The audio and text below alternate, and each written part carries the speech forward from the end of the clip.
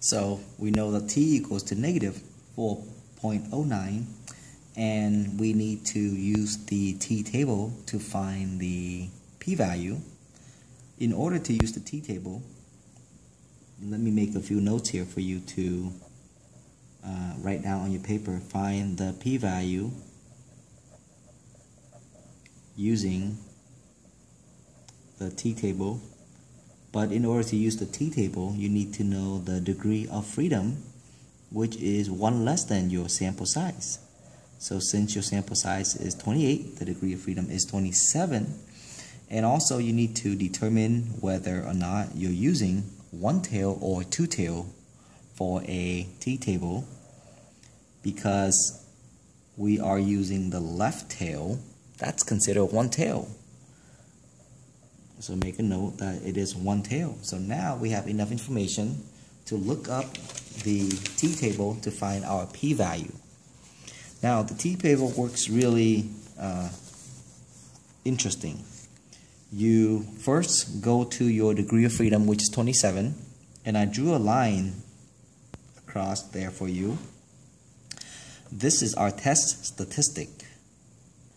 The test statistic for our problem is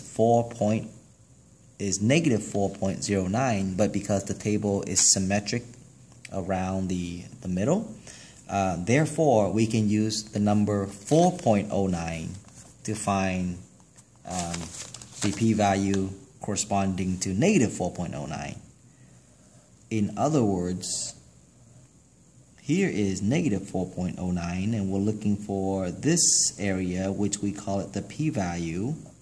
Okay, but to find that area, when we use the table, we're really looking up this area, because we're really looking up 4.09, and then because these two areas are the same, we say that this area is the same as this area. So we use this number to find the value for this area. Okay, so 4.09 is the number to keep in mind. So at 27 degree of freedom, we're looking for 4.09. But you notice that there is no 4.09. If there was a 4.09, it would be all the way over here, because the number increases from right to left. So 1.3, 1.7, 2, 2.4, 2.7. So if there was a 4.09 on the table, it would have been somewhere over here. All right. So that's one thing that I want you to be aware of. If there was a 4.09 on the table, it would be like somewhere over here off the table. And one thing to keep in mind is that we're looking for the p-value, which is the area corresponding to that specific test statistic. Now, as we drift from right to left, the one tail area also becomes smaller. Notice that it starts at 0.10, 0.05, 0.025, 0.01, 0.005. So it gets smaller as we drift from right to left. Okay? If our test statistic is out here, which it is, then for sure the number that corresponds to that test statistic, which is the p-value, would have to be smaller than 0.005. All right? So we can't find that exact p-value, but we know that p-value is smaller than 0.005. And if we compare that, our p-value, to 0.05, which is the significant level, we know for sure that p-value, which is less than 0.005, has to be less than 0.05. So we reject the null, and rejecting the null means we reject the average sleep time of 8 hours. There is enough evidence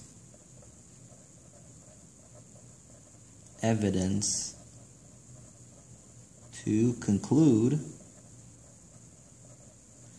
that the average sleep time for students is less than 8 hours. All right. Let's do another problem, and I'll show you how to find the data through using the calculator, or I'll show you how to find the p-value through the table of t-distribution. So every road has one at some point, a construction zone that has much lower speed limits. To see if driver obeys these lower speed limits, a police officer uses a radar gun to measure the speed of a random sample of 10 drivers in a 25 mile per hour construction zone. Here are the data. Is there convincing evidence? And let me add one thing here. At the 1.01 significant level that the average speed of drivers in this construction zone is greater than the posted speed limit. First thing we do is we set up our hypothesis test. So is the average equals to 25, or is it greater than 25? Okay. The next step we do is we move on to find the test statistic.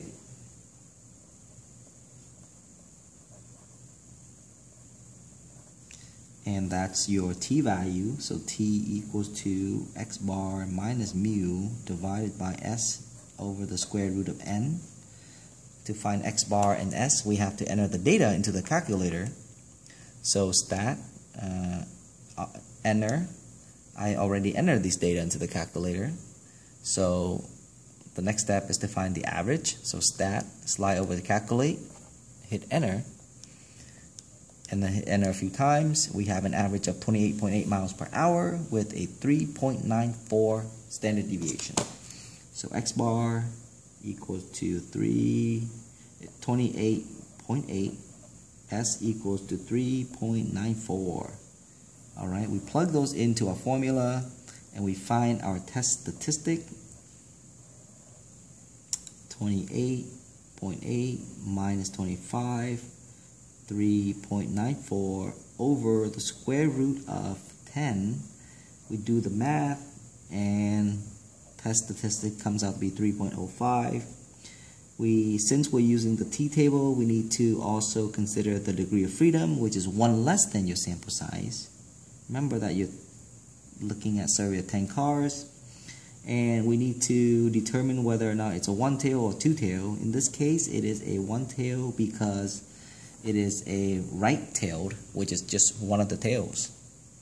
Now we look up our table at 9 degree of freedom. So slide up to the 9 degree of freedom. Okay. Slide throughout these numbers, and I want you to try to locate 3.05, which is not one of these four numbers. But I know that 3.05 is between 2.8 and 3.2. So 3.05 has to lie in here. Okay? If 3.05 lies in there, then the p-value will have to be between these two numbers. All right? So that's the best that we can come up with the p-value relating to a t-distribution.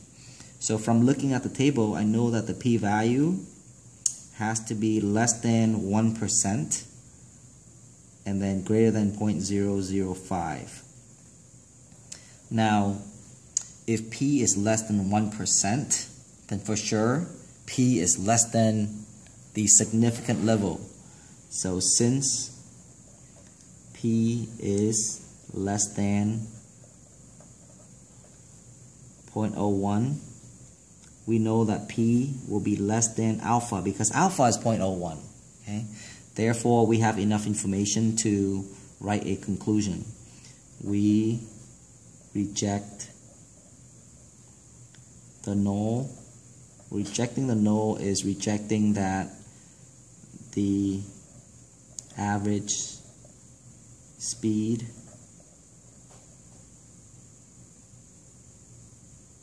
in construction zone is 25 miles per hour. In other words, we have enough evidence. There is enough evidence to conclude that drivers drive at an average speed of more than 25 miles per hour in construction zone. All right, awesome.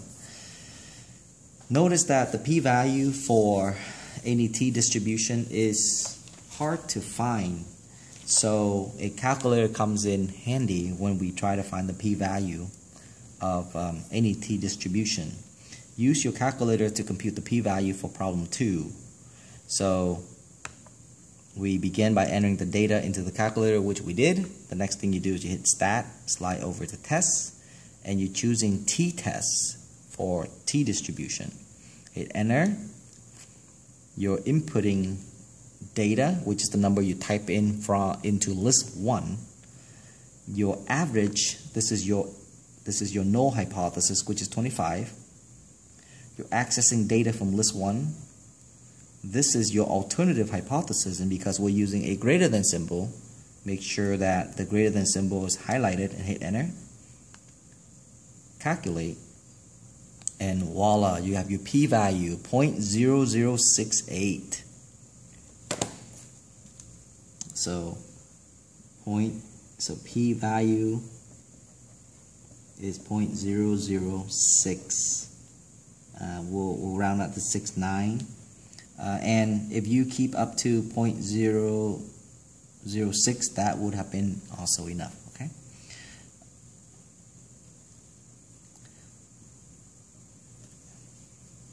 The next question here that is part of problem 3 is the p-value computed using a calculator nearly the same as by hand? Well, we don't get an exact number by hand, so we can't really compare. We get an interval by hand, so yes, in a sense, the p-value lies in the interval we computed by hand. Okay. All right, last problem. This is an all calculator problem. A random sample of 55 salaries of professional football coaches has a mean of $4.2 million. It is known that the population standard deviation is 1.4 million. Use a 0.01 significant level to test the claim that the mean salary of all professional coaches is less than 5 million. So this is the claim that the average is less than 5 million. The opposite of that would be greater than or equal to 5 million. So our hypothesis would be equal to 5 million.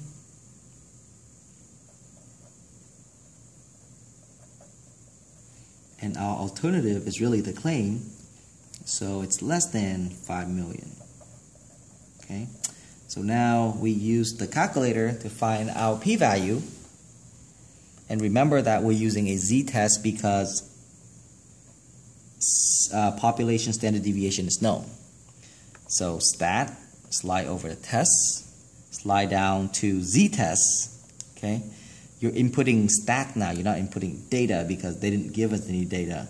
So slide over to stats, highlight that. Your null hypothesis is 5 million. Your sigma is given to be 1.4 million. Your average is 4.2 million. Okay, so 4.2. And you're looking at a sample of 55 coaches, so put 55. And our alternative is less than, so make sure you highlight less than.